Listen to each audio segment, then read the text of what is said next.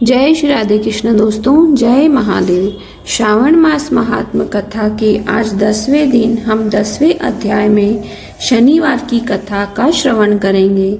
आज के दिन श्री हनुमान, श्री नरसिंह जी तथा शनि देव का व्रत किया जाता है।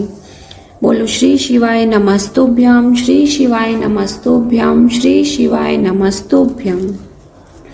भगवान श्री महादेव सनत कुमार से बोले, हे सनत कुमार, अब मैं तुमसे शनिवार के व्रत की विधि कहूँगा, जिसके करने से मनुष्य को मंदाता नहीं होती।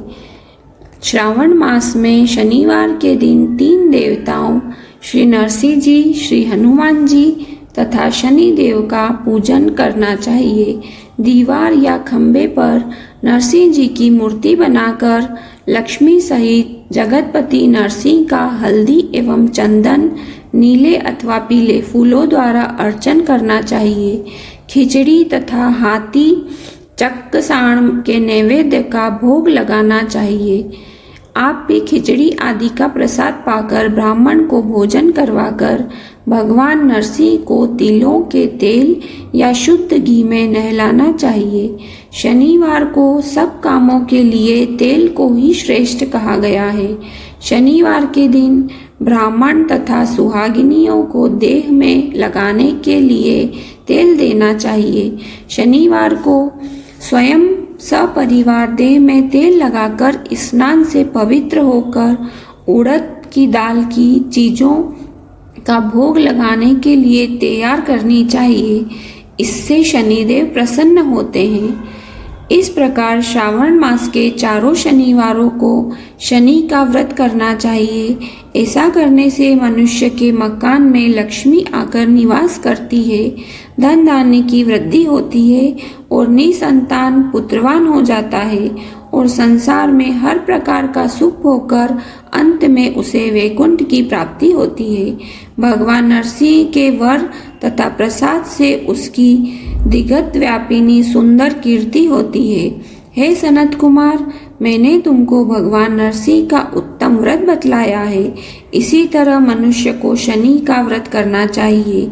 अब मैं तुम्हें शनि के व्रत के संबंध में कथा बतलाऊंगा, उसे सुनिए। एक लंगड़े ब्राह्मण या उसके न मिलने पर किसी अन्य ब्राह्मण को तिल का तेल मले और गर्म पानी से स्नान करवाकर ऊपर नरसिंह जी के व्रत में बतलाया गया भोजन करवाकर शनि के प्रीत्यर्थ तेल, लोहा, उड़द, तिल तथा कंबल का उसको दान करना चाहिए। इससे शनिदेव प्रसन्न होंगे। मन में ऐसा विचार करना चाहिए, शनिदेव को तिलों के तेल से नहलाना चाहिए। शनिदेव की पूजा के लिए तिल, उड़द तथा चावल उत्तम माने गए हैं। हे सौम्य, अब मैं शनिदेव के ध्यान के संबंध में बतलाऊंगा। आप सावधान होकर सुनिए। शनैश्चर का रंग काला है, गति मंद है, कश्यप गोत्र है। शनि का जन्म सौराष्ट्र देश में हुआ है। सूर्य नारायण पुत्र वरदाता है। इंद्र नीलमणि तुल्य कांतिमान है। वाण, धनुष तथा त्रिशूलधारी है। गिद्ध की उनकी सवारी है। यम अधिदेवता है। कस्तूरी, अगर, चंदन तथा गुग्गल और नैवेद्य में उड़द की खिचड़ी प्रिय है। शनि के अर्चन में लोहे की प्रतिमा बनानी चाहिए। दान देने के लिए काले रंग का ब्राह्मण उत्तम होता है। उसे 2 काले कपड़े तथा काले रंग की गाय बछड़े सहित दान में देनी चाहिए और प्रार्थना व स्तुति करनी चाहिए। आगे ध्यान पूर्वक सुनो।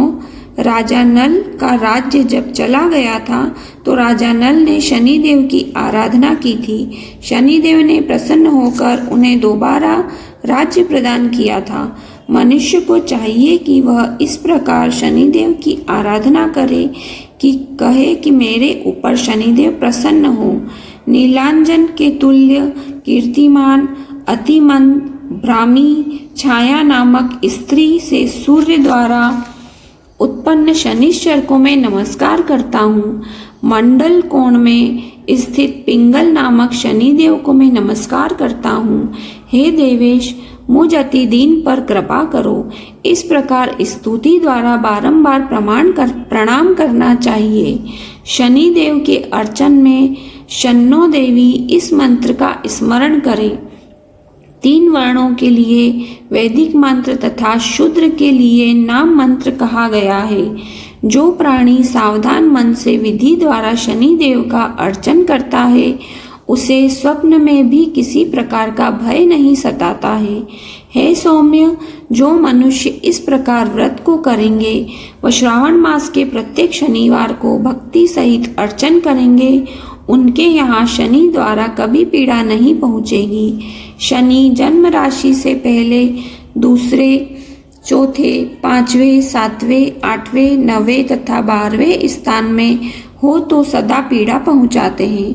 उनकी शांति के लिए मनुष्य को क्षमाग्नि इस मंत्र का जाप करना चाहिए और शनि की प्रसन्नता के लिए इंद्र नीलमणि का दान करना चाहिए। हे विप्र, अब मैं तुम्हें श्री हनुमान जी को प्रसन्न करने की उत्तम विधि बतलाऊंगा।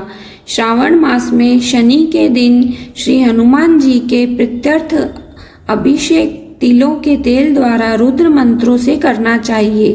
तेल मिश्रित सिंदूर को उनकी देह में लगाना चाहिए। जपा, अर्घ तथा मंदार माला से अर्चन करके नैवेद्य के लिए उड़द के बड़े तथा अन्य उपचारों द्वारा यथाशक्ति और श्रद्धा द्वारा पूजन करना चाहिए। हनुमान, अंजनी सूत, वायुपुत्र, महाबली, रामेष्ट, फाल्गुन, सखा, पिंगल, अमित विक्रम, अवधिक्रमण, सीता शोक विनाशक, लक्ष्मण, प्राणदाता तथा 10 ग्रीव दर्पहा, इन 12 नामों को जो सुबह उठकर पढ़ता है उस मनुष्य को कभी कष्ट की अनुभूति नहीं होती तथा उसको संपूर्ण ऐश्वर्य प्राप्त होता है।